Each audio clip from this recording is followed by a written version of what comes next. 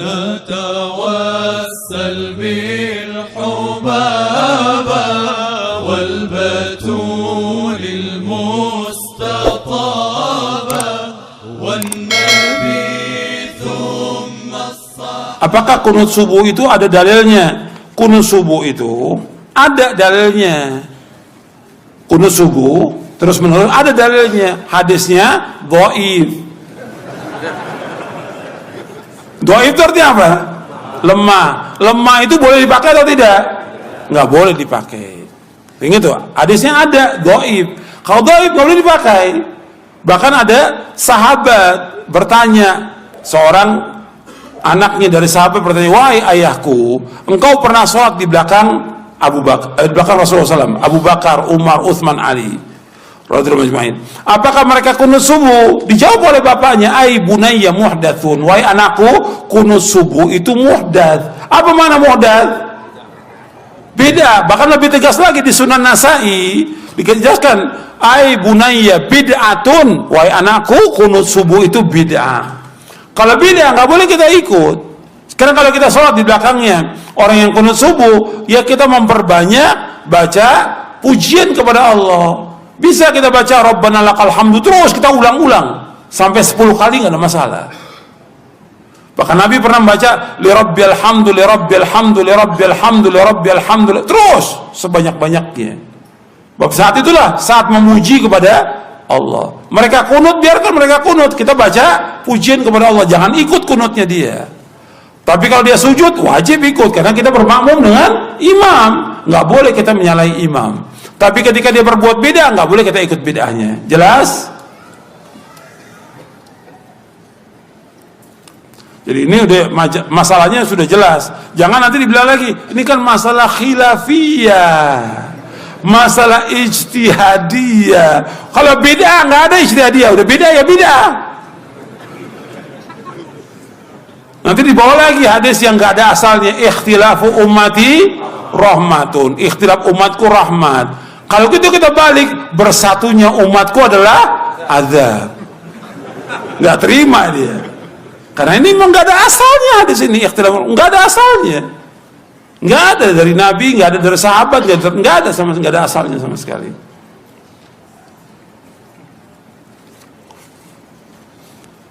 Makanya ketika orang akan menyampaikan masalah ijtihad atau bukan, dia lihat dulu keterangan para ulama, baca hadisnya.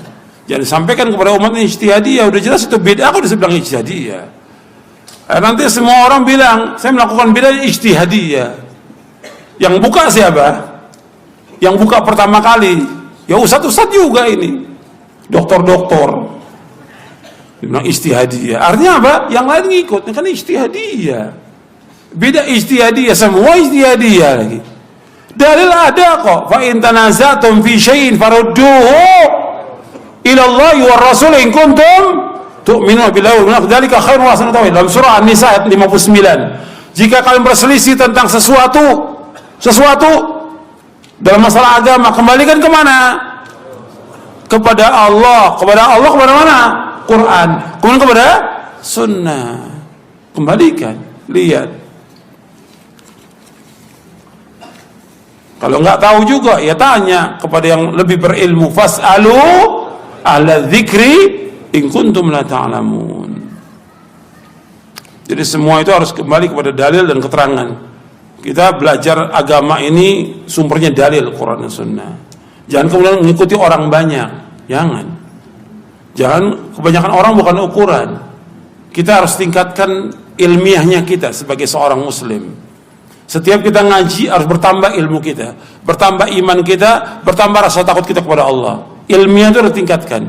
Jangan sudah kita nuntut ilmu sekian lama dapat gelar, kemudian sama obrolan kita dengan orang awam di warung kopi. Benar atau tidak itu? Nggak benar, mestinya nggak beda dong. Kita punya dalil, hujahnya ini dalilnya, ini keterangannya. Bukan, ya kata orang banyak begini. Benar nggak itu? Nggak benar. Tingkat ilmiah itu ditingkatkan kita sebagai seorang muslim. Dalil, semua kembali kepada dalil, kepada hujjah. Bukan kata pendapat. Kan kata syekh saya juga boleh. Kok kata syekh?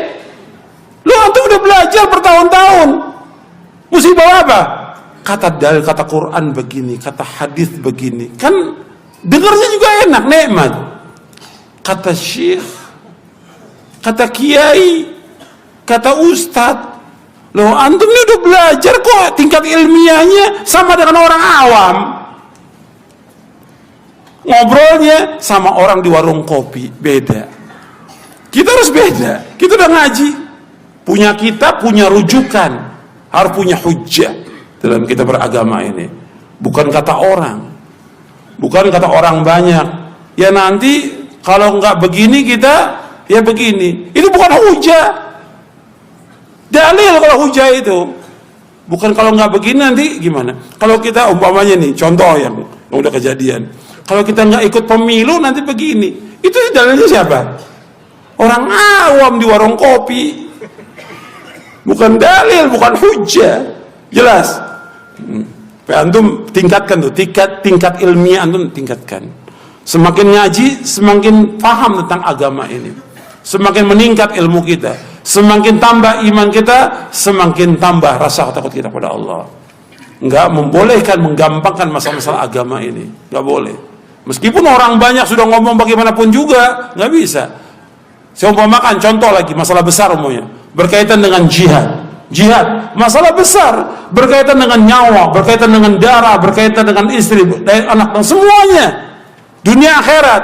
Nggak bisa kita katakan menurut saya fatwanya ya karena orang diintimidasi ya wajib jihad. Lu nggak berhak jihad. Kita bicara para dai, para ulama nggak berhak mengatakan tentang jihad atau perintah jihad. Yang wajib memerintahkan jihad siapa? Ulul amri. Tuduhkan tuh, jangan menang semangat kembali kepada orang awam, tidak lagi mengendahkan dalil. Jelas ini. Banyak ada orang semangat, ada kejadian di satu tempat, kita jihad. Nggak bisa jihad. Yang mengumumkan jihad hanya ulul amri yang punya hak dengan dasar Quran dan Sunnah. Bukan setiap orang nggak punya hak. Sekarang banyak itu para dai jihad. Mau jihad sama siapa? Mau merangin kaum muslimin juga? Nggak boleh. Darah kaum muslimin lebih berharga dari dunia dan seisinya. Bahkan lebih berharga darahnya kaum muslimin daripada Ka'bah yang mulia. Ini perhatikan, kita harus hati-hati dalam masalah ini. Tingkatkan ilmiah kita. Belajar kita harus tambah ilmu kita. Jangan tambah turun.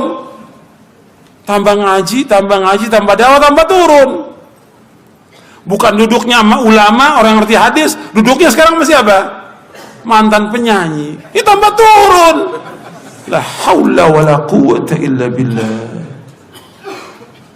Ini kan tingkat ilmiahnya nggak benar seperti ini. Nggak berpikir dia. Ajak dia berpikir yang waras. Untuk benar, ini agama bukan main-main. Mengajak orang ke sorga kita ini. Bukan ngajak orang ke neraka, bukan hura-hura, bukan tontonan banyaknya orang, bukan agama ini. Jelaskan yang hak itu hak, yang batil itu batil. Tauhid tauhid, syirik syirik, sunnah sunnah, beda beda. Kita ngajak orang kepada keselamatan dunia akhirat, bukan ngajak ramenya orang, banyaknya orang, bukan. Tapi bagaimana kita tanggung jawab dari Allah pada hari kiamat, para dai, para ustadz, ngajaknya benar enggak, ikhlas karena Allah atau tidak, jujur atau tidak dia dalam dakwah ini akan ditanya oleh Allah pada hari kiamat. Kita harus tambah takut kita kepada Allah. Karena umat ini butuh penjelasan kita supaya dia paham tentang agama dan mereka kembali ke jalan yang benar.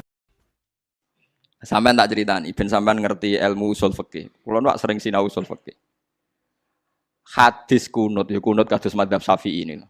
Kowe aja darani nak kunut iku NU, nak ora kunut Muhammadiyah, goblok kowe. Iku Jokono NU ana napa Muhammadiyah. Kowe sekali-kali nganggo ukuran wong alim, sing kunut itu Imam Syafi'i, Abu Hanifah, Ahmad bin Hanbal, Imam Malik mboten kunut. Nak kowe darani kunut dimulai Muhammadiyah berarti Imam Malik, Abu Hanifah, Ahmad bin Hanbal, Muhammadiyah, Imam Syafi'i, NU. Oleh goblok kok ora barbar. Mulane kula nang ngerti kok Gus jenengan kunut ta mboten, aku iku ulama. Dadi aku ora roh NU, ora roh napa Muhammadiyah. Rohku Imam Syafi'i darani kunut sunat. Nah Abu Hanifah, Imam Malik, Ahmad bin Hanbal darani mboten napa sunat. Lah anak partai-partainan polling quick count menang. Ya menang telu kan? Telu musuh napa? Siji.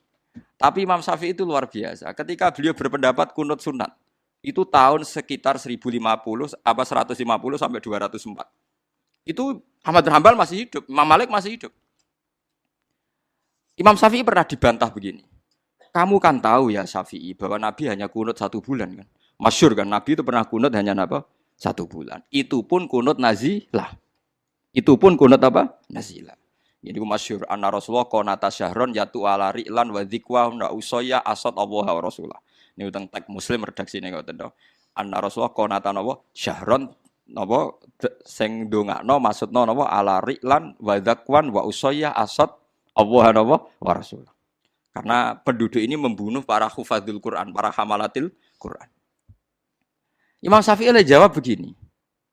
Andaikan Nabi sholat sunat sekali saja qobliyah atau ba'diyah, apa menjadi sunat hanya sekali itu saja? Jawabnya penggemar-penggemar marek Allah. Ya sunatun ila yaumil qiyamah. Saya sampean tak bedai Nabi sedekah pisan pindho apa tiap detik sedekah? Pisan pindho kan, masuk sedekah mulai tangi turu nganti sare meneh kan ya ora mungkin. Tapi sunate sedekah ila yaumil qiyamah. Nabi poso Senin Kamis selalu apa sekedar pernah? Sekedar pernah kan. Tapi pas Senin Kamis sunat ila yaumil qiyamah. Nah, kunut itu Nabi tidak melakukan terus, tapi hukumnya ya kudu sunat ila yaumil qiyamah. Karena perilaku kunut tahu dilampahi kanjeng Nabi Muhammad sallallahu alaihi wasallam.